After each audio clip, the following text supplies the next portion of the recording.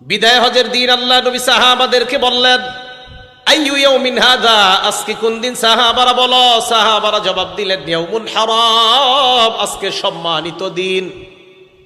এরপর বললেন, আইয়ু বালাদিন হাযা, এটা কোন শহর? সাহাবারা বললেন, বালাদুল হারাম, এটা সম্মানিত শহর।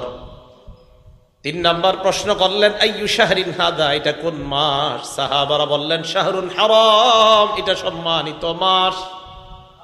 নবীজি বললেন, ফাইন্নাল্লাহা হাররামা আলাইকুম আমওয়ালাকুম ওয়া দিমাআকুম ওয়া আরাযাকুম ওয়া তাবা দিমাআকুম ওয়া আমওয়ালাকুম ওয়া আরাদাকুম কাহুরমাতি হাদাল ইয়াউমি ওয়া হাদাল বালাদি ওয়া হাদাশ শাহ।